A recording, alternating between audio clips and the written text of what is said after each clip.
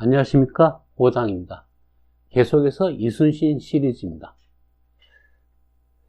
지난 시간에 그죠, 이순신을 갖다가 1년 만에 6계급을 승진시켰다 그랬죠, 그죠? 당상관은요, 임금하고 이제 직접 얘기할 수 있는 그런 위치거든요. 뭐 아래일 것이 있습니다, 이런 거 있죠, 그죠? 그런데 이제 선조가 좀 이제 또 가오가 또 이제 죽는 장면이 나오는 게, 선조가 임진왜란 터지자마자 사실 뭐 순식간에 수도 한성을 빼앗겼거든요. 빼앗긴 게 아니고요, 버리고 도망을 갔습니다. 임금이 도망가는 것을 뭐라 부르냐면 몽진이라 불러요. 몽진. 그런데 그걸 가지고 좀 현대에 와서 좀 약간 잘못 이해하는 부분이 있습니다. 몽진.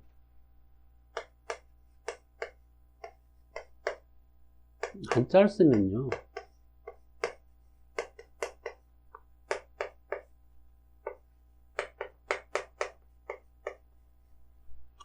몽이란 말은 어리석다는 말도 되고요, 뭐 덮어 쓴다. 진은 뭔지 진짜입니다. 몽진은 뭐냐면 임금이 궁궐에서 편안한 깨끗한 데 있질 못하고 멀리 길을 도망가면서 길에서 먼지를 뒤집어 쓴다는 뜻입니다. 벌써 말 자체가 좀 안 좋은 뜻이죠.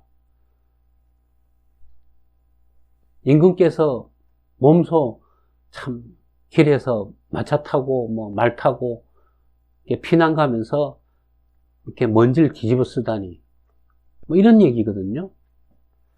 몽진 대신에 쓰는 말이 파천이란 말도 있어요. 파천.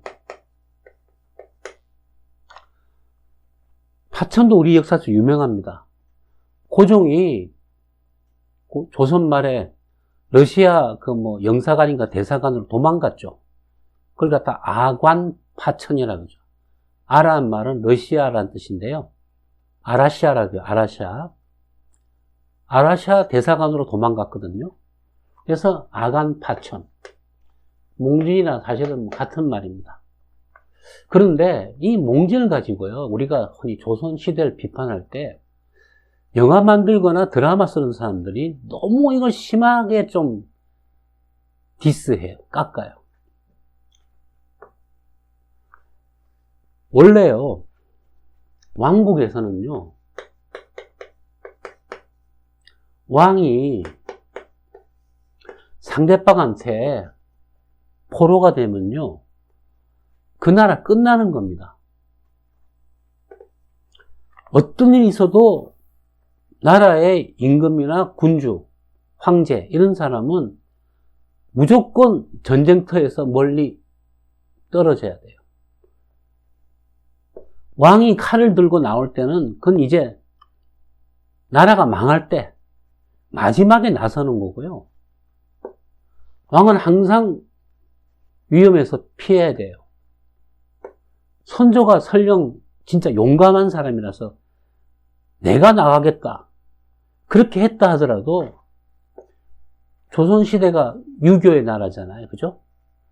신하된 도리로서 임금이 전쟁터에 나가는 것은 용납할 수 없는 일입니다.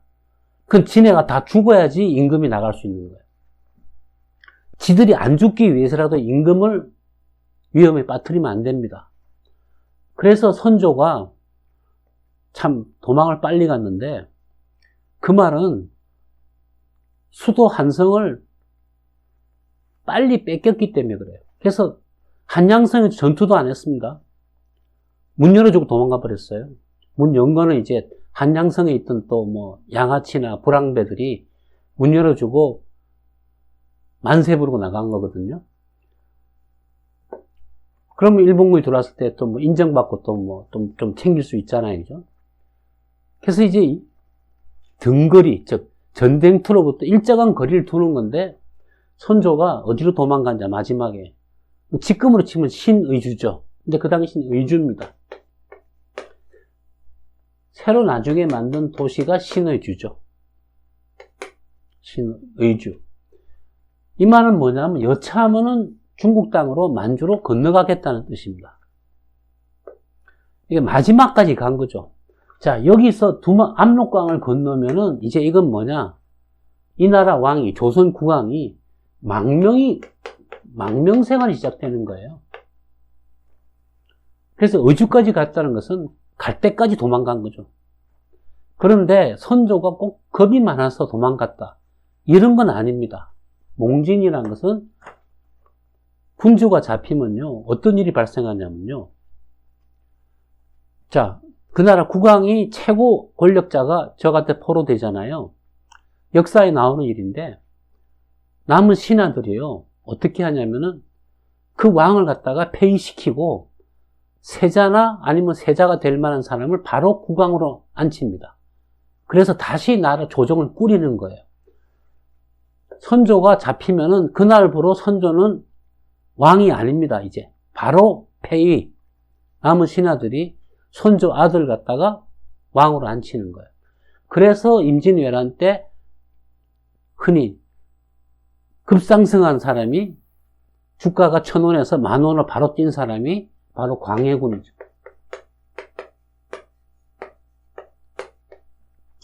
이 친구는 국내에 남아서 계속 막 군대 조직하고 가는 곳마다 막 독려하면서 민심을 얻었죠. 선조 입장에서는 광해군이 그렇게 설친 게 별로 기분 좋은 일이 아닙니다. 여차하면 자기는 되고 광해군이 바로 신하들이 왕이 앉힐 거거든요.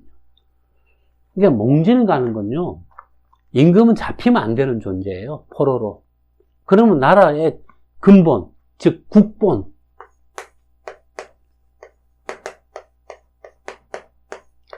뿌리가 빠지는 겁니다. 그래서 차기의 왕이 될 사람은 세자라 그랬는데, 이걸 국본이라 불러요.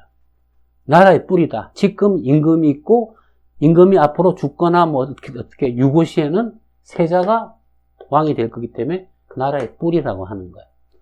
근데 광해군이 좀 너무 잘했죠. 또 선조가 또 이렇게 머리 좋은 사람이, 저 자식이 또 저러다가 나를 이렇게 하고, 쟤가 또 뭐 왕이 되면 골치 아픈데, 그런 생각 당연히 했을 겁니다. 아무튼 선조를 제가 좀 이렇게 변호하는 입장인데요.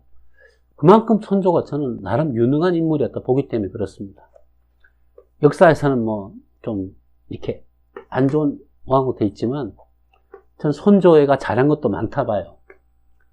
아무튼 그죠. 돌아가서 이순신 시리즈인데, 거북선 얘기 조금 하겠습니다.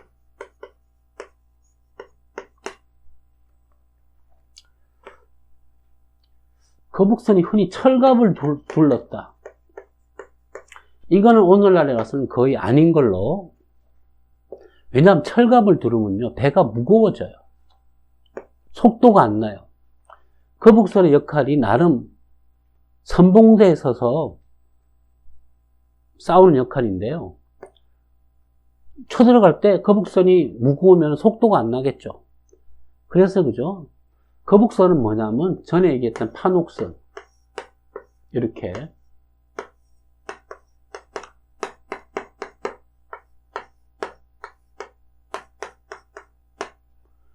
여기다가 뚜껑을 씌운 겁니다. 거기다가 거북머리를 내면은 이게 바로 거북선이죠. 그랬는데 거북선이 조금 소형이었던 것 같아요. 속력을 위해서. 그리고 여기다 나무판을 씌우고 여기다가 창칼, 이렇게 칼날을 꽂아서 오르지 못하도록. 사실 거북선에서 이렇게 머리가 상대방 배를 들이받는데, 사실은요, 판옥선이요, 일본 배가 이렇게 있을 때 우리나라 판옥선이 이렇게 들이받으면요, 일본 배가 깨졌습니다. 왜 그랬냐? 일본 배가 이 당시만 하더라도 조선 기술이 떨어져서요, 배라는 것은 이렇게, 그죠? 보시면은 용골이라고, 즉 갈비뼈처럼 이렇게 뼈가 있어요. 배 안에 이렇게 그리고 밑에 이렇게 등뼈, 척추가 있거든요. 일본 배는 그 당시에요, 삼나무로 만드는데 삼나무가 가벼워요. 그리고 연합니다. 거기다가 이런 용골 기술이 없었기 때문에 일본 배는요, 박치기 하면은 그냥 깨집니다. 그래서 일본은 이렇게 당하면 안 되고, 이렇게 와서 붙여서 올라와서 배에 올라서 싸우겠다는 일본 해군의 전술이거든요.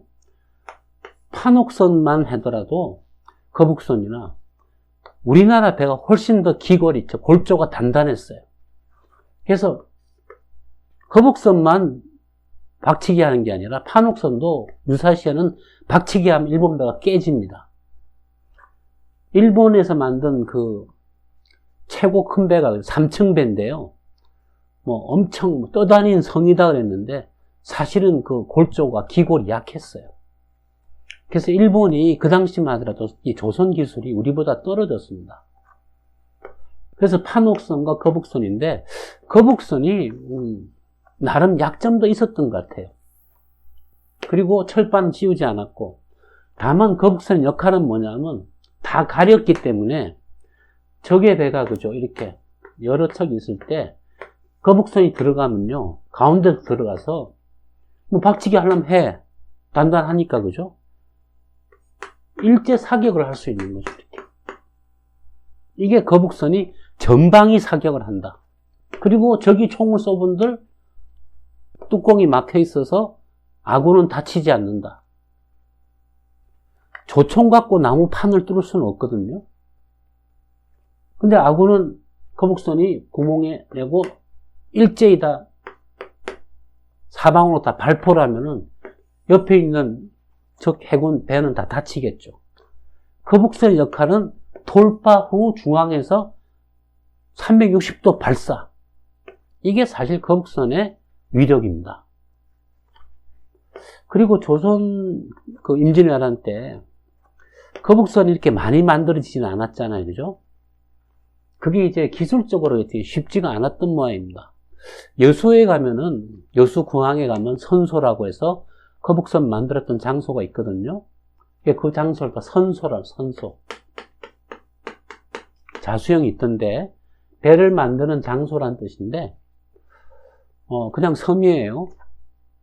뭐 저는 여수를 자주 가기 때문에 구경을 여러 번 했지만, 이순신 장군이 뭐 거북선을 갖다가 뭐 발명한 사람은 아니고요. 이 기술이 있었는데 이순신 장군은 잘 활용한 거죠. 이순신 장군의 전술은 거북선에 있는 게 아니고, 한산 영화를 보니까요, 거북선 비중이 좀 너무 크게 다뤄져요. 근데 이게 약간 이런 게 있죠. 거북선이 너무 잘하면은 이순신 장군의 이 공이 줄잖아요. 그러면 장비빨이네, 이래 되면 안 되잖아요. 그죠? 그래서 이제 이순신 장군 역시 명량해전에서 판옥선 12척 갖고 이제 싸워서 이긴 거. 그게 이제 참 엄청난 이제 참 기세가 사른 건데, 한산해전에서도 저는 기본적으로 거북선의 역할은 우리가 생각하듯이 영화 보니까 무슨 고속적이에요. 그죠? 슉 나가요. 그 정도 빠르지 않았을 거고, 또 거북선만으로 이긴 것도 아니고, 그래서 좀 영화를 보면서 좀 거북선을 너무 좀 띄우네. 거북선 뜨면은 이순신 죽어요. 그죠? 그래서 별로 그 대목이 마음에 들진 않지만, 아무튼 뭐 한산 리덕스 뭐 재미나게 봤습니다. 자, 오늘 여기까지 하고요. 마지막 다음 시간에는, 마지막인가? 모르겠지만 이제 한산해전 그리고 노량해전 뭐 그런 얘기 좀 하겠습니다. 자, 마치겠습니다. 구독, 알람, 좋아요 부탁드립니다.